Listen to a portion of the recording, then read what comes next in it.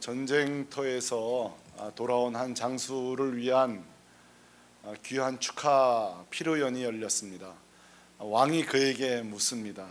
장수 수고 많았소. 하나 묻고 싶은 게 있습니다.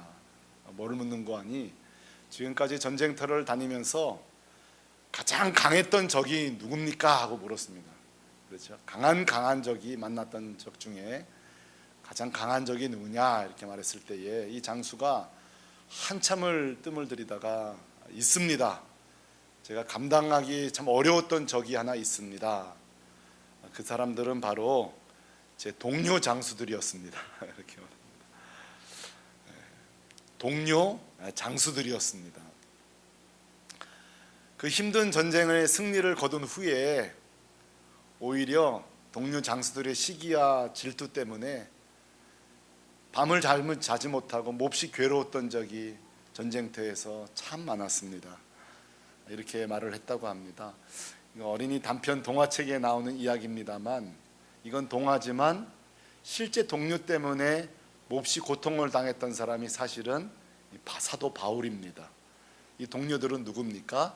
로마에 있는 동료 복음 전도자들입니다. 여러분, 이들이 왜 바울에 대해서 시기와 질투를 했을까요? 사연이 있죠.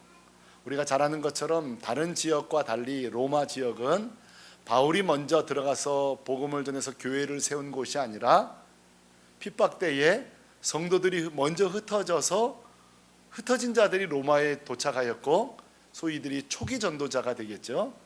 초기 전도자들, 흩어진 자들을 통해서 로마 교회가 세워지고 바울이 들어갈 때쯤에는 이들은 그 세워진 교회에 나름대로 리더십을 가진 이미 지도자가 되어 있었습니다.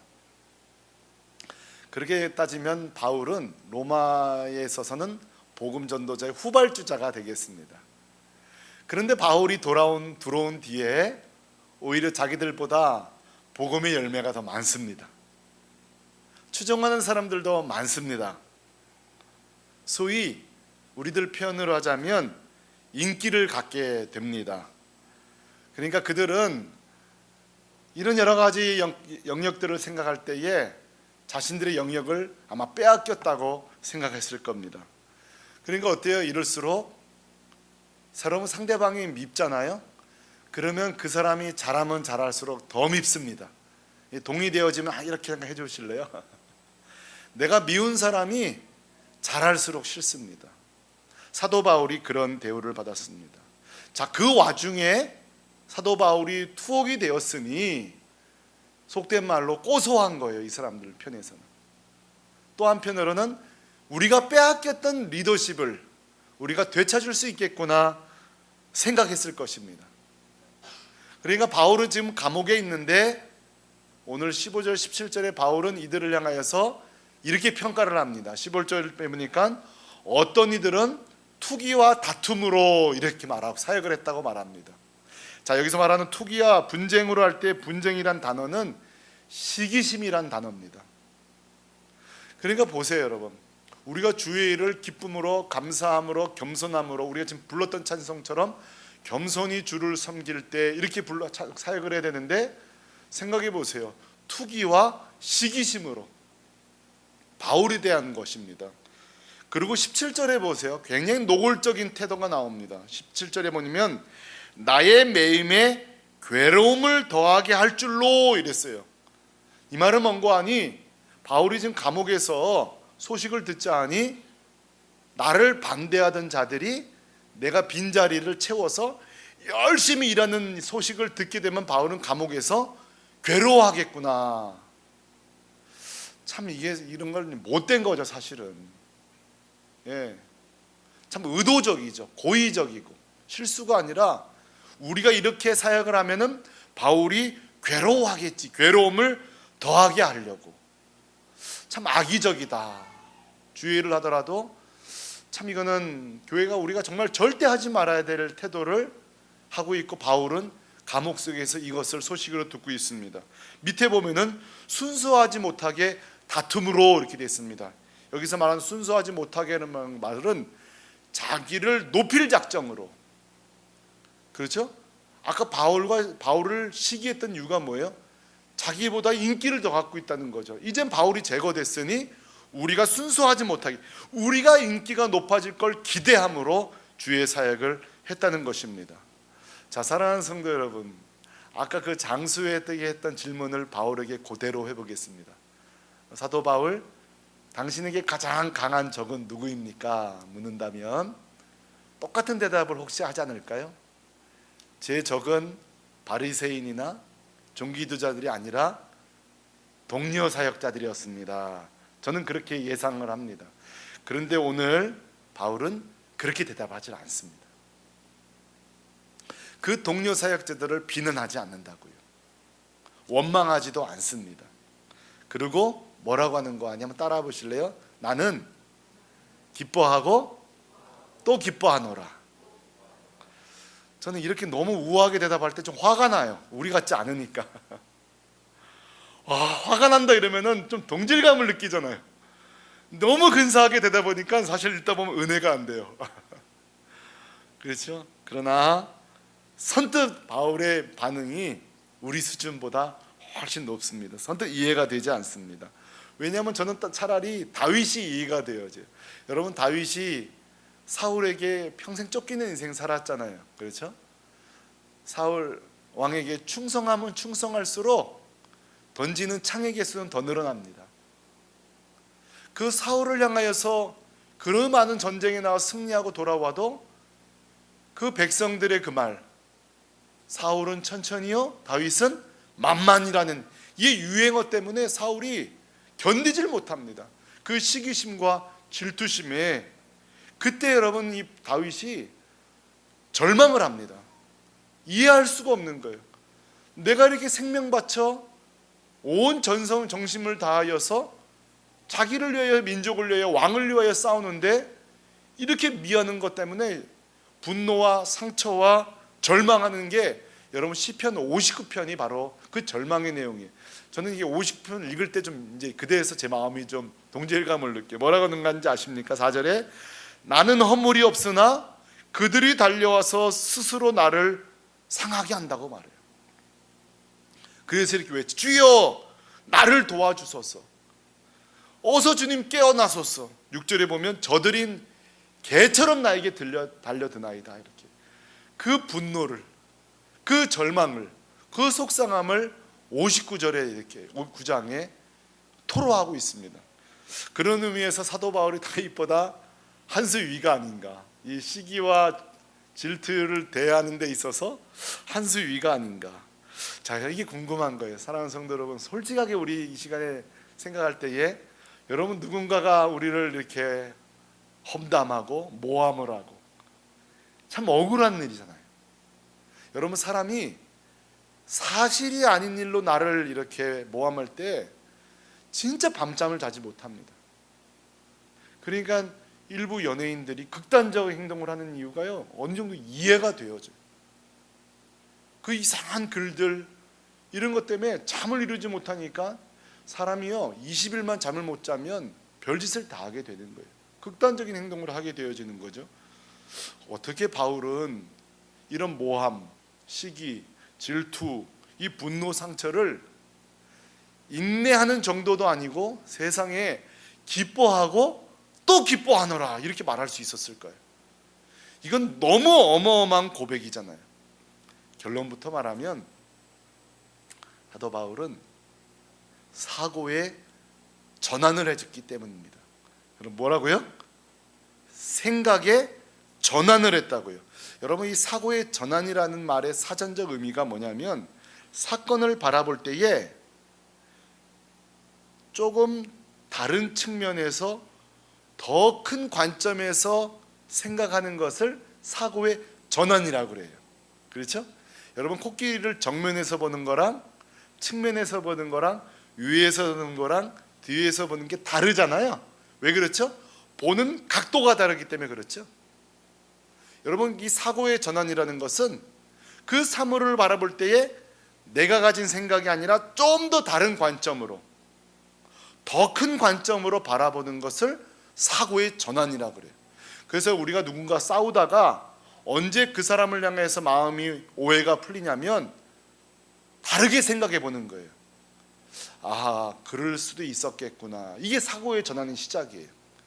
여러분, 이게 집에 돌아갈 때에 남편이든 아내든지 이렇게 얼굴이 표정이 밝지 않을 때에 야, 아내가 돌아왔는데 남편이 돌아왔는데 어떻게 저럴 수가 있나 이러지 말고 사고의 전환은 뭐죠? 오늘 혹시 무슨 일이 있었나? 제가 드는 예화는 거의 다 제가 못하는 걸 예화를 드는 겁니다. 제가 할 수 잘 못하는 거를. 여러분, 이게 사고의 전환이에요. 자, 바울은 그럼 도대체 어떤 사고의 전환을 한 걸까요? 억울함과 분노와 절망을 도대체 어떤 관점으로 다르게 받기 위해 이렇게 동해에서 서가 먼 것처럼, 하늘과 땅이 먼 것처럼 분노가 기쁨으로, 그것도 한 번도 아니고 기뻐하고 또 기뻐하노라 이렇게 말했을까요? 그 정답은 여러분 18절에 놀라운 사고의 전환을 하고 있습니다. 18절은 우리 같이 한번 읽겠습니다. 너무 소중한 말씀이에요. 같이 읽습니다. 시작. 그러면 무엇이냐? 거칠어로 하나 참으로 하나 무슨 방도라든지 전파되는 것은 그리스도니 이로써 나는 기뻐하고 또한 기뻐하노라. 여러분, 지금 뭐라고 하는지 아세요? 잘 보세요. 나는 이미 감옥에 지금 들어가 있기 때문에 더 이상 나를 통하여서는 복음이 전달될 수는 없어요. 이게 사실이에요. 그런데 나를 시기하게 하고 나를 분노하게 만들고 나에게 괴로움을 더하고 투기와 다툼으로 좋지 않은 방식으로 그들이 지금 전도는 하고 있지만 어쨌든 그들을 통하여서 내가 할 수 없는 복음은 계속되고 있다고 생각하니까 기쁘고 기뻤던 거예요. 다시 설명하면 이들이 나를 반대하는 거지 복음은 반대하는 게 아닌 거예요. 나와 방식이 다른 거지 복음을 전파하는 것, 그리스도를 전파한다는 방향은 같은 거예요. 이게 바로 바울이 그들을 향한 분노가 기쁨으로 바뀌는 사고의 터닝 포인트, 전환점이 된 거예요. 이게 뭐죠? 하나님의 관점으로, 다시 말해서 복음의 관점으로 이 상황을 생각해 본 거예요. 내가 할 수 없는 거를 저들이 통해서 지속되고 있는 복음 때문에 바울은 기뻐할 수 있었다는 거예요. 자, 그러나 여러분, 우리 모두가 바울처럼 할 수 있는 것은 아닙니다. 이 사고의 전환이라는 거요, 이거 해본 분은 알겠지만 쉽지 않습니다. 우리는 왜냐하면 한번 생각을 정하면 넓게 보는 게 아니라 계속 파고들어요. 넓게 보지 않습니다.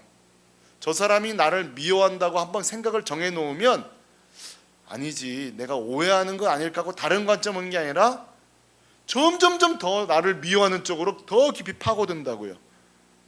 근데 바울이 그 감정을 다스리고 사고에 전환을 했다는 거, 저는 이게 참 놀라운 은혜다. 참 인생살이에서 사역을 하는 데 있어서, 특히 동역하는 데 있어서는 진짜 우리 성도들이 꼭 가져야 될 특별한 은혜다. 여러분, 이런 은혜가 있기를 바랍니다. 여러분, 가정에 부부 사이에서도 꼭 이런 은혜가 있기를 바랍니다. 부모와 자녀 가운데도 마찬가지예요. 왜 여러분, 사도 바울이요 이렇게 할 수 있기 위해서는요 시행착오를 사실 많이 했습니다. 기억나세요? 바울과 바나바가 실과 바늘처럼 그렇게 가까웠잖아요. 그렇죠? 근데 둘이 틀어지게 된 이유가 마가 때문이었거든요. 마가가 특정한 내용은 나오지 않지만 어떤 특별한 큰 사고를 한 것은 분명해 보입니다. 이때에 바나바는 한 번만 용서하자고 바울을 설득합니다. 그때 바울이 사고의 전환을 하질 못해요. 그리고 마가에 대해서 더 이상 판단을 중단해 버립니다. 저 사람은 같이 갈 사람이 아니라고 마가를 포기한다고요. 그러나 나중에 사도 바울이 거의 유언서 같은 메시지가 디모데 전후서입니다. 제일 마지막 기록한 말씀이. 디모데후서 4장 11절쯤에 보면은 뭐라고 하는 거 아니? 그리운 사람을 소개해요. 내가 지금 너무 보고 싶은 사람이 있다. 그러면서 하는 말이 마가를 데려오라 이렇게 말합니다. 마가를 데려오라. 자기가 젊은 시절 내쳤던, 용납하지 않았던, 사고의 전환을 하지 못하고 더 이상 사역자로서 부적합 판자라고 판단 내렸던 마가가 보고 싶습니다. 마가가 그립습니다. 마가를 향해 마음을 엽니다. 왜 그럴까요? 사고의 전환이 일어난 거예요. 그리고 마가를 데려오라고 말합니다. 사랑하는 성도 여러분, 그러니까 생각해 보면 우리가 감정을 택할 것인가? 순간 나에게 가해진 이 압력, 이 미움의 감정, 분노의 감정을 다스릴 것인가? 못 다스릴 것이냐는 이걸 다스릴 수 있는 사고의 전환을 가져오는 힘이 있느냐 없느냐가 중요해요. 얼마 전 제가 읽은 책 제목이 감정을 다스리는 법이에요. 일부러 제가 본문 때문에 이제 찾아보게 됐는데 거기 이런 내용이 나와요. 사람이 정말 하기 힘든 게 감정을 다스리는 거예요. 그렇죠? 근데 이게 나이가 들면 들수록 더 심해진다는 거예요. 분노 조절이 안 되고, 감정 조절이 안 되고, 언어 조절이 안 되고, 속된 말 막말 조절이 안 되는 거예요. 우리가 나이가 들수록 신앙생활로 더 우리가 참 부드러워지고 좋아져야 되는데 사실은 그렇지 않다는 거예요. 왜 그러냐면 경험치가 이미 많아졌죠. 우리가 나이가 든다는 거는 경험치가 많아졌잖아요. 그렇죠?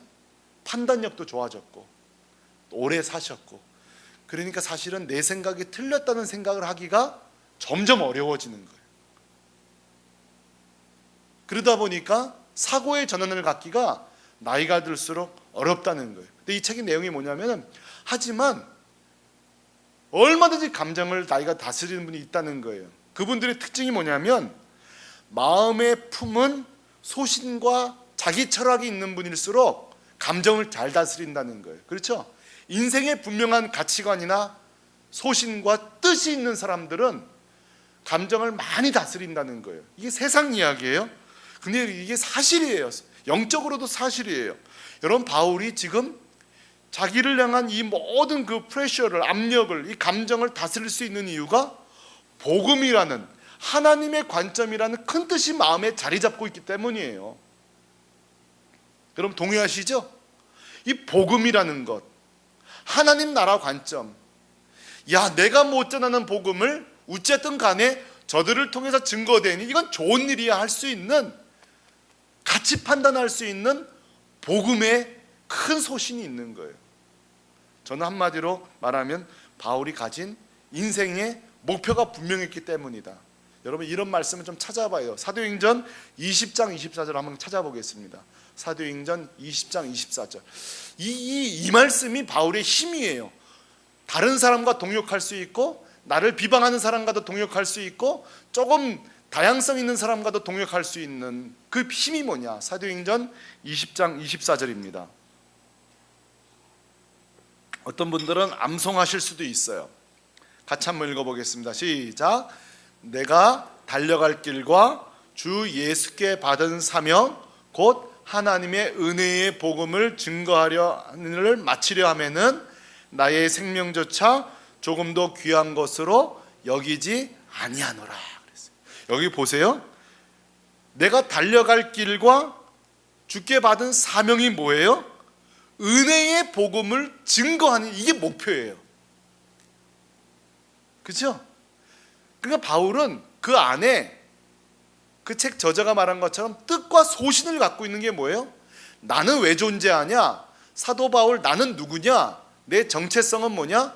복음을 증거하는 일이에요. 이게 목표예요. 그러니까 나 대신 그들이 이 일을 해주니까 고마운 거예요. 기쁜 거라고요. 이게 바로 사고의 전환을 가질 수 있는 힘이, 영적인 힘이 그 내면에 있었던 거예요. 그 뒤에도 재밌잖아요. 이 복음의 증인 마치려 하면은 나의 생명조차도 귀한 것으로 여기지 않는다. 내 생명보다 더 귀한 게 복음 증거하는 일이에요. 그러니까 지금 내가 모함을 당해도 나보다 더 중요한 게 복음 증거하는 일이 귀한 거예요. 이거를 뭐라는 거 아니? 가치 판단이라는 거예요. 어떤 게 더 귀하냐, 본질이냐, 이걸 우리는 가치 판단이라 그래요. 그래서 사람이 누군가를 이렇게 홀대할 때에 그건 사실은 실수가 아니라 그 안에 가치 판단이 돈이나 물질적인 게 있기 때문에 그래요. 그 가치 판단이 사람이라면 그렇게 할 수 없어요. 저는 가끔 식당에 가서도요, 이렇게 사람들의 행동을 봐요. 그러면 이 종업원을 우리가 이렇게 시켜서 먹기 때문에, 어차피 나는 돈을 냈기 때문에 그 종업원에게 함부로 할 수 있다는 것은, 그건 돈이 우리에게 가치 판단이 되어 있는 거예요. 얼마나 서빙하는 분일지라도 우리가 존중하는 이유는 우리 안에 사람을 존중하는 가치 판단이 있는 거예요. 저는 개인적으로 식당에 가면 꼭 기도할 때에 오늘도 소명에 따라 이 가게에서 일하는 분들을 위해서 좀 축복해 주십시오 이렇게 꼭 기도를 하는데, 한 번은 한정식집에 가서 그렇게 또 기도하는, 한정식집은 이렇게 순간순간 음식을 내오잖아요. 근데 제가 그렇게 기도하고 났더니만 그분이 자기가 여기서 15년을 일했는데, 자기도 교인이지만 자기를 위해서 기도해 주는 사람 오늘 처음이었다는 거예요. 그래서 그날 동그랭땡이 2번 더 나왔어요.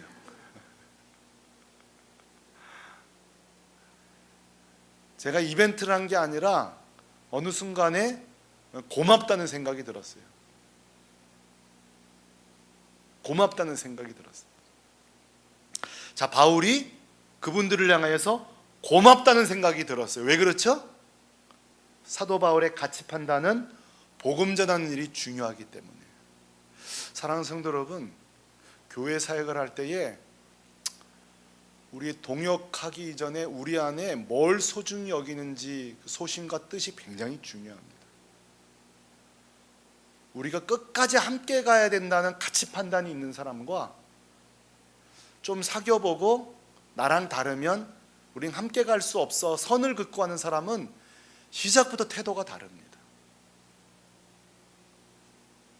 사도 바울은 오늘 그리스도 전파되는 것은 그리스도니 나는 귀하고 귀하다는 말을 하잖아요. 우리가 18절을 읽었습니다만 15절에도 한번 나오고요, 17절에 또 한번 나와요. 그리스도를 전파하노니, 그리스도를 전파하노니, 다툼으로 하든지 그리스도를 전파하노니, 3번이나 오는 이 짧은 구절에 오로지 사도 바울의 심령은, 관심사는 뭐예요? 그리스도가 전파될 것인가 마느냐는 거예요.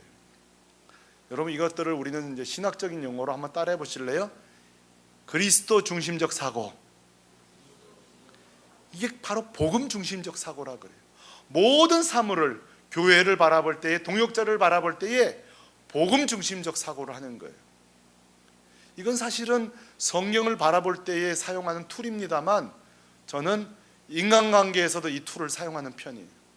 성경을 해석할 때도 그리스도 중심적인 사고도 필요하지만, 성도와 성도 사이에서도 주님의 생각을 마음에 품고 대하는 것, 그렇지 못한 것은요 굉장히 차이가 납니다.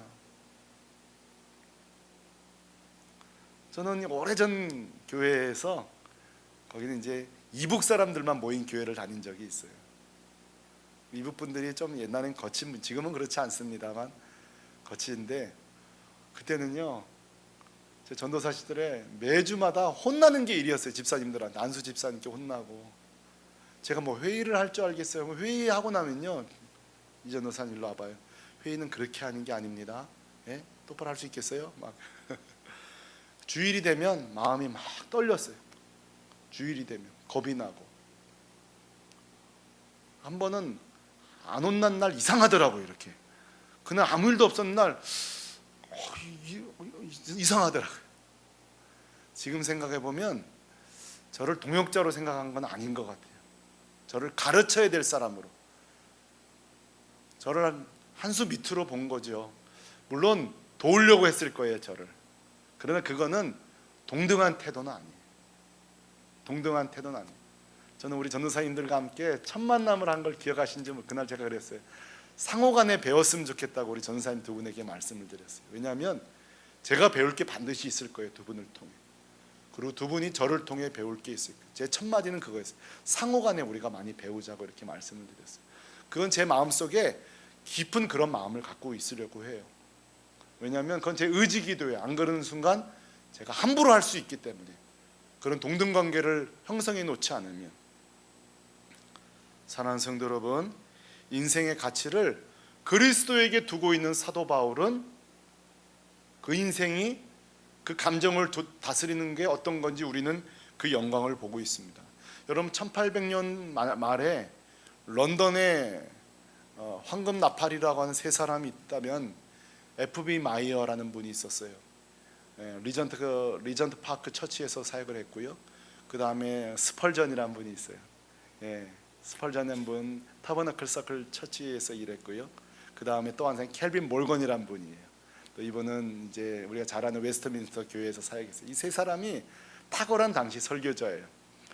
근데 F.B. 마이어라는 목사님은 글은 잘 쓰지만, 이분도 설교를 잘하는 분이었지만, 글은 잘 쓰지만 캠벨 몰건이나 스펄전 목사님, 이분들은 뭐 황금 나팔이라는 소문을 들을 정도니까요.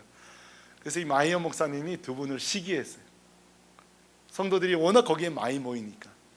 그래서 기도할 때마다 왜 하나님 나에게는 이런 재능을 안 주셨냐고 막 하나님 앞에 원망하고 시기 질투가 생겼대요. 그때 하나님께서 에피 마이어 목사님에게 그런 마음의 감동을 주시더래요. 너는 왜 그들을 시기하고 있냐고. 두 사람을 통해서 더 많은 복음이 예수 그리스도가 증거되고 있는데 너는 왜 저 사람들을 시기하고 있냐고. 두 사람을 축복하라고 주께서 F.B. 마이어 목사님에게 이렇게 말씀하셨대요. 그러고 나서부터 의지적으로 두 분을 축복하기 시작했대요. 축복하는 순간에 자기 마음의 기쁨이 생기더래요. 그리고 자기가 자유함을 얻게 돼요. 그 나중에는 뭐라고 그 기록이 나오냐면 이렇게까지 축복했대요. 스펄전 목사님 교회에 성도가 넘치게 해달라고. 어느 정도 넘치냐면 성전에 앉을 자리가 없게 축복해달라고. 그래서 못 앉는 분들은 우리 교회로 오게 해달라고. 그렇게 시기와 질투를 자유함을 얻은 이유가 무엇입니까? 주님이 개입하신 거예요. 개입하신 거예요. 사랑하는 공동체 여러분, 정말 우리는 인간관계를 늘 하고 삽니다. 피할 수 없습니다. 죽기 전까지는 우리는 수많은 인간관계, 직장생활 인간관계, 교회에서도 우리 교우관계, 동역관계를 해나갑니다. 그리고 우리 안에는 암초들이 너무너무 많습니다. 회의하는 순간에도, 동역하는 순간에도, 샘터 안에서도 여러 가지 우리의 그 다양성과 차이점을 느끼게 되고 그 차이점의 고비를 넘기지 못하고 갈라서는 일들이 교회에 얼마나 많은지 모릅니다. 저도 그랬고요. 너무너무 소중한 팀들이 그 작은 차이 때문에 방향은 같은데 방식이 다르다는 이유로 쪼개지고 포기하고 깨지는 경우가 얼마나 많은지 모릅니다. 그러나 오늘 우리 사도 바울을 통해 깨달을 것은 뭐죠? 나를 반대하는 것과 복음을 반대하는 것을 구분하는 법을 우리는 알아야 되겠습니다. 저분이 나와 다르지만 이 교회를 사랑하고 있다면 한 형제입니다. 나와 일하는 방식은 다르지만 주님을 사랑하고 있다면 그건 주님의 귀한 사역자입니다. 서로의 생각이 다를지라도 주님을 그처럼 사랑하는 사람이라면 우리는 동역자로 수용하여야 합니다. 그 이상의 시기와 질투와 모함하는 것은 하나님의 그 소중한 사람을 모함하는 큰 죄가 되기 때문에 우리는 정말 조심해야 됩니다. 방법은 달라도, 스타일은 달라도, 형태는 다를지라도 복음을 위하여, 예수 그리스도를 위하여 그 달려갈 길, 주께 받은 사명이 같다면, 귀하게 여기는 것이 똑같은 목적 복음이라면 F.B. 마이어 목사님처럼 그 사람을 축복해주고 그 사람을 위해주고, 주님 제가 저분 때문에 기뻐하고 기뻐합니다, 그런 마음을 주시게 되기를 주님의 이름으로 축원합니다. 그런 마음 갖기가 참 어렵습니다. 오늘 이 말씀은 여러분 부부에도 적용할 수 있고 직장에서도 적용할 수 있습니다. 직장 생활에서도 우리가 같은 방향을 보고 있다면 끝까지 인내하고 동력하십시오. 끝까지 참아내십시오.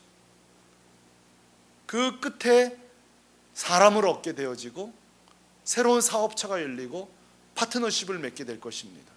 그것은 뭐 교회나 세상이나 일치합니다. 그런 의미에서 우리가 아까 불렀던 찬송처럼 겸손히 주를 섬기는 게 필요합니다. 인내가 필요합니다. 그래서 오늘 이 저녁에 우리가 기도할 때에 주님, 그동안 이런저런 이유로 같은 형제를 같이 복음을 향해 달려가는 자들을 정죄하고 품어주지 못하고 축복해주지 못했던 죄를 회개하면서 우리 새밀교회 공동체가 이 복음적 사고로, 예수 중심적 사고로 그렇게 하나 되어지는 그런 은혜가 있기를 주님의 이름으로 축원합니다.